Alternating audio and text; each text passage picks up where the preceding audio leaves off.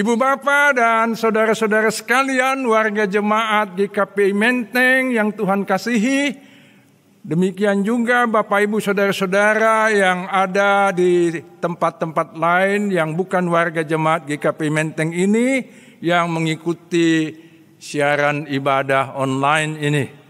Shalom Aleichem, salam sejahtera bagi kita semua. Senang bisa bertemu kembali kesekian kalinya, walaupun masih melalui ibadah online ini. Jemaat kita berencana untuk secepatnya membuka pintu gereja, kita boleh beribadah di gedung gereja yang kita cintai ini. Tetapi marilah kita dengan sabar menunggu waktu yang sebaik-baiknya, waktu yang tepat, sesuai dengan perkembangan kehidupan di dunia ini, khususnya di negara kita dan di kota kita ini. Dan khusus bagi kawan-kawan saya lansia, mohon lebih panjanglah sabarnya. Karena seandainya pun nanti kapan-kapan gedung gereja kita dibuka kembali, kita para lansia masih harus menunda kemungkinan kita hadir. Saya boleh hadir di sini melalui ibadah online ini, walaupun saya sudah lansia, justru karena ini masih online. Seandainya ibadah ini ibadah langsung, pasti saya belum diizinkan hadir di tengah-tengah jemaat kita. Apa dan bagaimanapun situasinya, mari kita tetap bersyukur kepada Tuhan, kita masih bisa beribadah pada hari yang Tuhan kuduskan ini. Sesuai dengan yang ditentukan di Almanak GKPI, nas khotbah bagi kita pada hari Minggu 9 Agustus 2020 ini tertulis dalam surat Rasul Paulus ke jemaat Kolose pasal 3 ayat 22 sampai ayat 25, bagian dari nas yang berjudul hubungan antara anggota rumah tangga. Mari kita siapkan Alkitab kita, baik Alkitab yang biasa, yang tercetak, maupun Alkitab online di HP suci kita masing-masing. Sekarang kita memohon Roh Kudus membimbing dan menerangi hati dan pikiran kita, kita berdoa. Ya Allah Bapa kami, sumber dan pemelihara hidup kami, dan yang masih mempercayakan kehidupan ini untuk kami jalani dan kami isi seturut dengan kehendak Tuhan.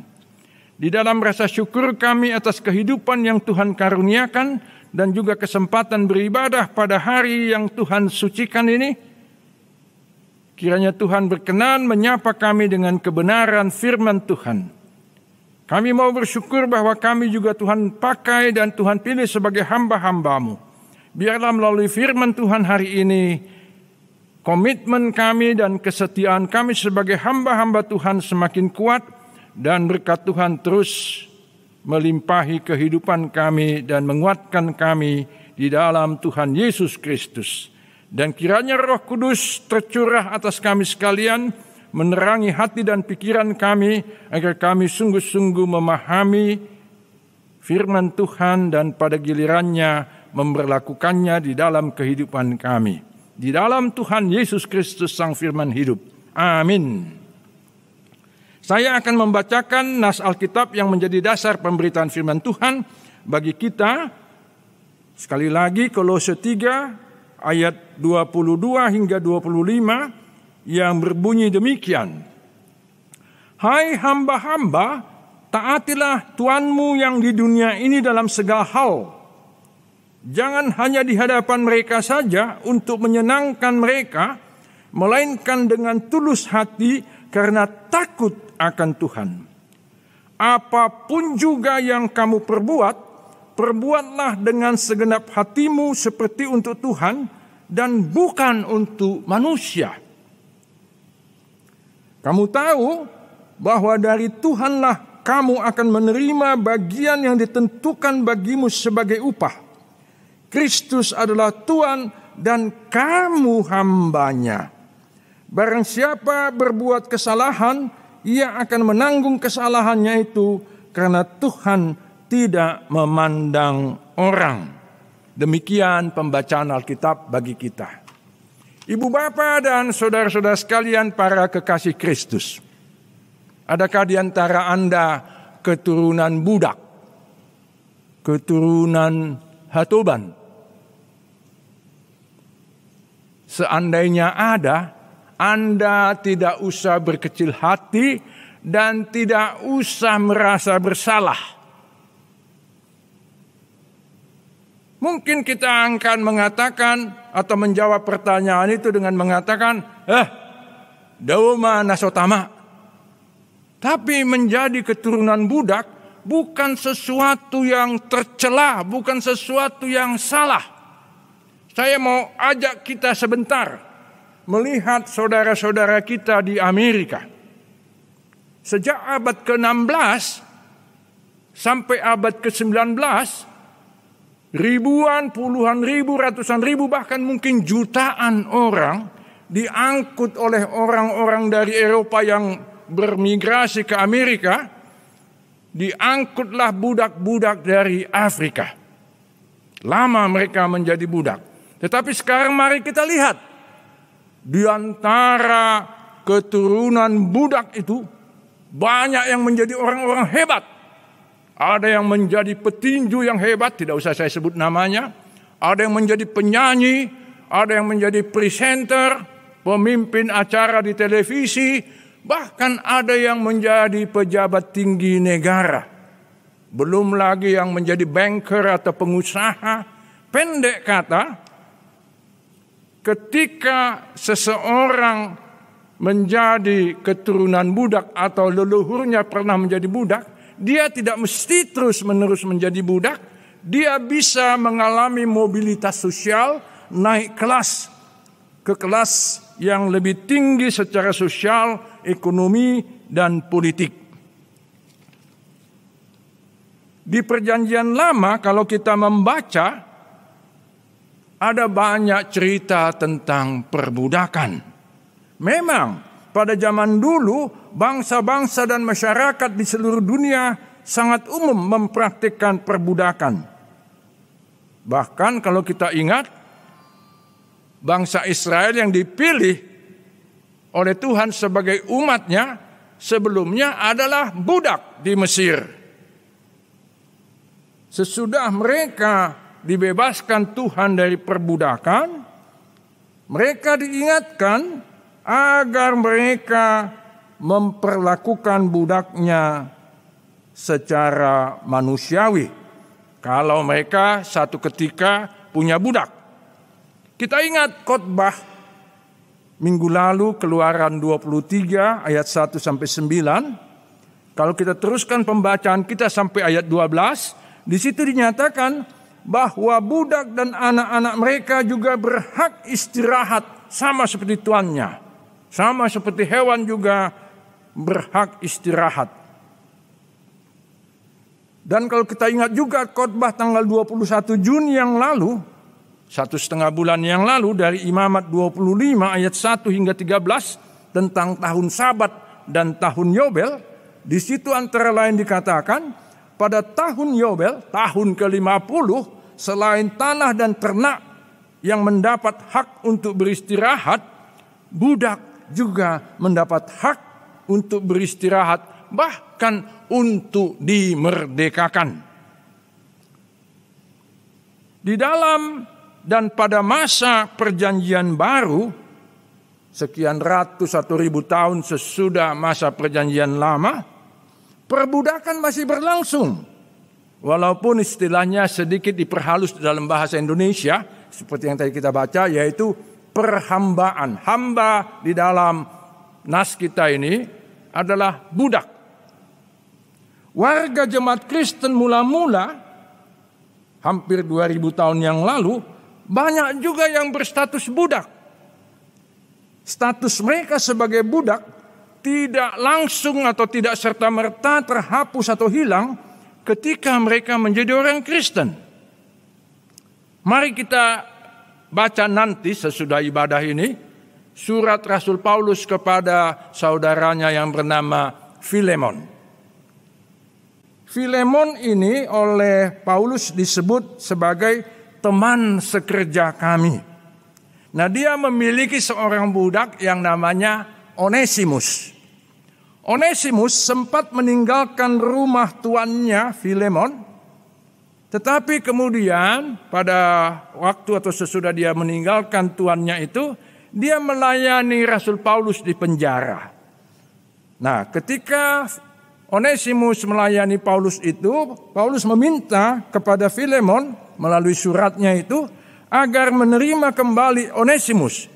Bukan hanya atau sekadar sebagai budak, melainkan juga sebagai saudara yang kekasih, baik secara manusia maupun di dalam Tuhan. Ini kita baca dalam Filemon 1 ayat 16. Dengan kata lain, pada masa perjanjian baru, perbudakan belum dihapuskan, tetapi statusnya direlatifkan. Orang Kristen diimbau untuk memperlakukan budak mereka secara Kristiani. Seperti apakah itu? Memperlakukan mereka sebagai saudara di dalam Tuhan. Bukan hanya sekedar budak yang bisa dipaksa atau diperintah dengan sesuka hati, tetapi dilihat sebagai sesama, sebagai saudara yang setara di hadapan Tuhan. Kita beralih ke kampung halaman kita sejenak, Tanah Batak.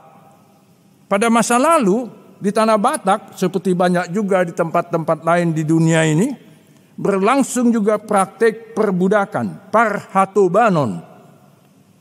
Ada yang bersifat permanen, yaitu di tengah-tengah masyarakat yang bercorak feodal, seperti misalnya di Simalungun dan Nangkola.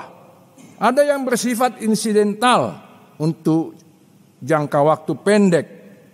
Itu misalnya kita temukan di kalangan masyarakat Batak Toba. Ada macam-macam alasan seseorang menjadi budak. Ada karena kalah berperang, ada yang karena talu marjuji, kalah main judi, dan sebagainya. Ada sejumlah peraturan dalam masyarakat Batak yang namanya Patik Dohot Uhum Nihalak Batak tentang cara mengakhiri status sebagai budak. Antara lain membayar tebusan berupa uang ataupun berupa barang, bisa rumah, lahan, ternak, dan sebagainya. Nah, pada akhir abad 19 hingga awal abad ke-20, Badan Penginjilan yang memberitakan Injil di Tanah Batak, terutama Rheinische Missionsgesellschaft, Badan Pekabaran Injil dari Jerman, yang cabangnya di Tanah Batak disebut Batak Mission, bekerja sama dengan pemerintah Hindia Belanda menghapuskan perbudakan dan mengeluarkan peraturan bahwa tidak boleh lagi ada budak di Tanah Batak. Secara teoritis memang itu mudah dikatakan, tetapi dalam prakteknya masih ada sisa-sisa perasaan atau suasana perbudakan itu di Tanah Batak pun sampai saat ini. Kalau kita ke daerah Angkola misalnya, di sana ada orang yang disebut Partangga Gonop, yang tangga rumahnya genap. Itu berarti dia keturunan budak. Kalau bukan keturunan budak, maka tangga rumahnya itu ganjil. 3, 5, dan seterusnya. Nah, pada satu ketika ada pemilihan Eporus di gereja di sana. Tidak usah saya sebut nama gerejanya. Lalu ketahuanlah salah satu calon itu nenek moyangnya budak. Maka dia tidak dipilih, bahkan tidak diizinkan menjadi calon. Coba kita bayangkan, sudah zaman merdeka, sisa-sisa suasana itu masih ada. Kita kembali ke apa yang tertulis di dalam nas kita, Kolose 3 ini. Di dalam nas ini berbeda dari nasihat kepada Filemon sebagai tuan atas budaknya atau hambanya Onesimus. Paulus memberikan nasihat kepada para hamba, kepada para budak. Jadi kalau kepada Filemon tadi Paulus memberikan nasihat kepada tuannya. Sekarang di sini kepada para hamba. Di satu sisi kepada para hamba atau budak dinasihatkan agar taat tetap kepada tuan mereka di dunia ini dalam segala hal. Tetapi di sisi lain diingatkan bahwa itu hendaknya dilakukan bukan sekadar untuk menyenangkan hati para tuan. Dengan kata lain, bukan sekedar menjilat, mengambil muka asal tuan senang. Bukan. Melainkan kalau taat kepada tuan itu harus dengan tulus hati, karena bukan karena takut kepada tuannya itu, tapi takut akan Tuhan. Nasihat ini bahkan diperluas, dan ini berlaku juga bagi kita semua orang Kristen. Tadi kita baca, apapun juga yang kamu perbuat. Ini tidak hanya kepada budak, tapi kepada semua orang Kristen. Perbuatlah dengan segenap hatimu seperti untuk Tuhan dan bukan untuk manusia. Ini mengingatkan kita pada apa yang dikatakan oleh filsuf Friedrich Nietzsche tentang budak dan mental budak. Slavenmoral, slave morality, versus Herrenmoral atau master morality. Di dalam bukunya On the Genealogy of Morality. Di situ Nietzsche antara lain mengkritik orang yang mengaku beragama, mengaku bertuhan, atau bahkan juga mengkritik manusia pada umumnya sebagai orang-orang atau banyak di antara mereka orang-orang bermental budak, slaven moral, suka menjilat, suka mencari muka kepada penguasa. Dan salah satu lagi aspek mental budak itu hanya mau bekerja kalau disuruh. Kalau tuannya sudah pergi, dia tidak mau lagi bekerja. Di negara kita ini pun masih banyak manusia bermental budak, slaven moral. Kita memang tidak usah harus menjadi pengikut atau penganut pandangan Nietzsche yang eksentrik itu. Tetapi kritiknya tentang mental budak perlu kita perhatikan. Ini mengingatkan kita pada apa yang juga dikatakan Tuhan melalui Rasul Paulus pada Roma 8 ayat 15. Di situ dikatakan, sebab kamu tidak menerima roh perbudakan yang membuat kamu menjadi takut lagi. Tetapi kamu telah menerima roh, yaitu Roh Kudus yang menjadikan kamu anak Allah. Lalu pada suratnya ke jemaat Galatia, pasal 4 ayat 3, Rasul Paulus juga berkata, selama kita belum akil balik, kita takut juga kepada roh-roh dunia ini. Dalam Bible bahasa Batak Toba dikatakan, di hadak dana hotai, di parhatoban, si sia-sia ni hasiangonod dohita. Tapi kalau kita lanjutkan membaca di Galatia 4 itu, tetapi sesudah Tuhan Yesus membebaskan kita dari perbudakan, dalam hal ini perbudakan dosa, kita menjadi anak-anak Allah. Nah, sekali lagi Bapak Ibu dan Saudara sekalian, menegaskan apa yang dikatakan di dalam Roma 8 ayat 15 dan Galatia 4 ayat 3 itu, pada dasarnya kita semua ini adalah hamba, adalah budak dulu, yaitu sebagai budak atau hamba dosa, budak dari roh-roh dunia ini. Tetapi sekarang sama seperti hamba-hamba di jemaat Kolose itu, kita sudah menjadi hamba-hamba Tuhan Yesus Kristus. Pada ayat 24 tadi dikatakan, Kristus adalah Tuhan dan kamu hamba-hambanya. Ini tidak hanya ditujukan kepada para hamba atau budak di jemaat Kolose hampir 2000 tahun yang lalu, melainkan juga kepada kita sekarang. Dan ini sekaligus mau mengatakan bahwa yang namanya hamba Tuhan itu bukan hanya pendeta, bukan hanya sintua atau penatua, bukan hanya pejabat gereja yang mendapat tahbisan. No. Yang berhak dan layak disebut hamba Tuhan atau hamba Kristus adalah semua kita orang beriman. Kita semua adalah hamba-hamba Tuhan. Apakah sudah seperti saya, peol-peol, opung-opung yang sudah banyak sakit, atau masih remaja, bahkan anak-anak, asal kita beriman kepada Kristus, kita adalah hamba-hamba Tuhan. Jadi sekali lagi, jangan terbiasa menyebut kalau hamba Tuhan itu pendeta. Bukan hanya pendeta hamba Tuhan. Bukan hanya Panggulani Huria hamba Tuhan. Semua orang percaya, orang beriman.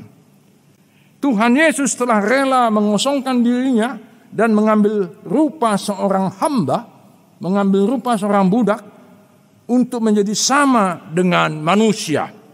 Di dalam Bibel Batak Toba dikatakan, di rumari do dirina jala disolukon rupani hatoban. Gabe sumat tujol maibana. Itulah yang dilakukan Tuhan Yesus. Tapi kemudian dia menang atas perhambaan itu, menang atas dosa, dan sekaligus memberi kepada kita upah yang luar biasa. Itulah menjadi anak-anak Tuhan. Nah, ibu bapak dan saudara sekalian, pada masa yang sulit ini, ketika kita masih terus didera oleh pandemi COVID-19 ini, kita tidak tahu kapan akan berakhir. Tetapi melalui firman Tuhan hari ini, kita mau dihibur dan dikuatkan. Kita semua yang sakit, yang sehat, yang masih bekerja, yang sudah kehilangan pekerjaan, yang mengalami macam-macam kesulitan, sudah dibebaskan oleh Tuhan Yesus dari perhambaan, terutama perhambaan dosa dan perbudakan roh-roh dunia ini. Karena itu mari kita meninggalkan roh dan mental budak. Martin Luther, reformator, itu berkata, terjemahannya dalam bahasa Inggris, kita diangkat oleh Tuhan from servitude to service. Dari perhambaan atau perbudakan kepada pelayanan. Ikut melayani Tuhan dan sesama di dalam keberanian dan sukacita.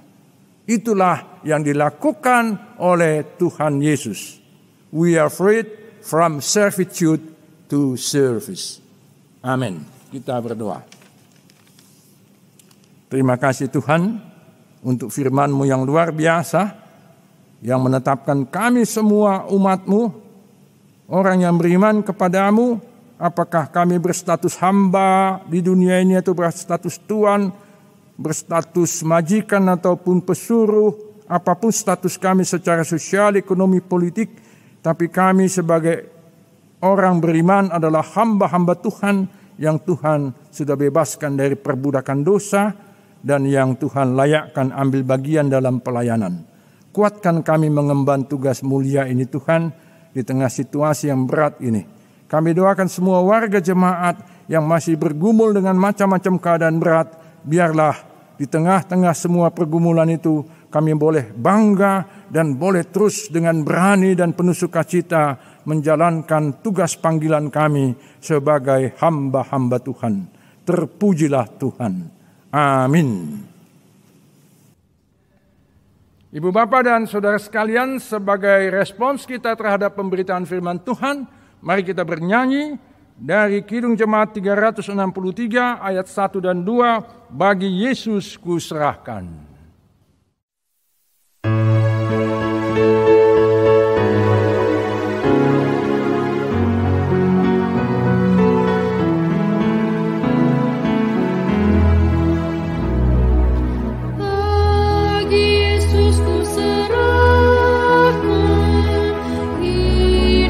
Seluruhnya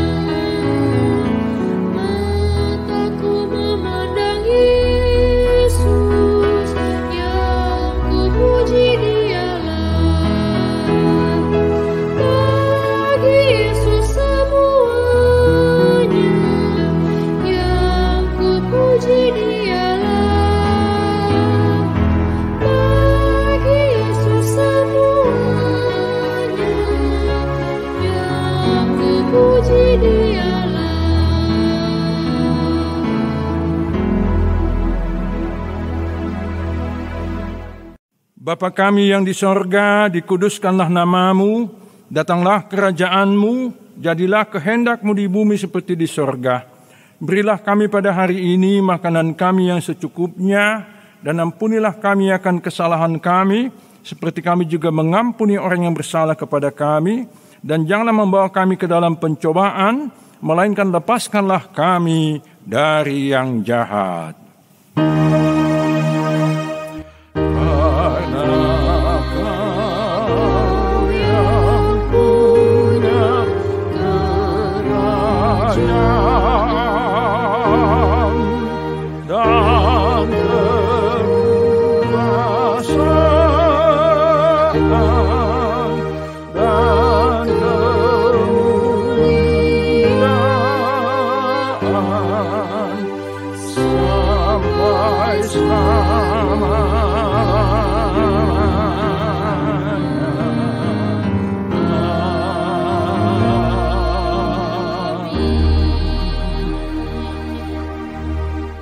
Jemaat kekasih Tuhan, terimalah berkat Tuhan.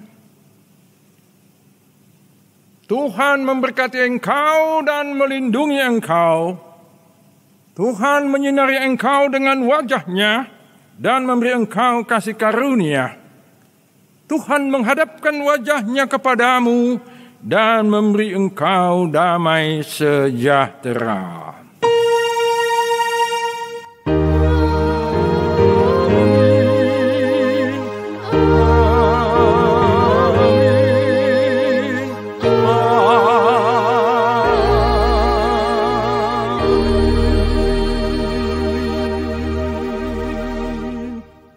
Jemaat kekasih Tuhan, demikianlah ibadah kita ini sudah berlangsung, dan biarlah berkat Tuhan tetap menyertai kita di tengah situasi yang bagaimanapun, dan kita boleh bertemu kembali pada waktu yang Tuhan telah tentukan dan atur untuk kebaikan kita bersama. Selamat hari Minggu.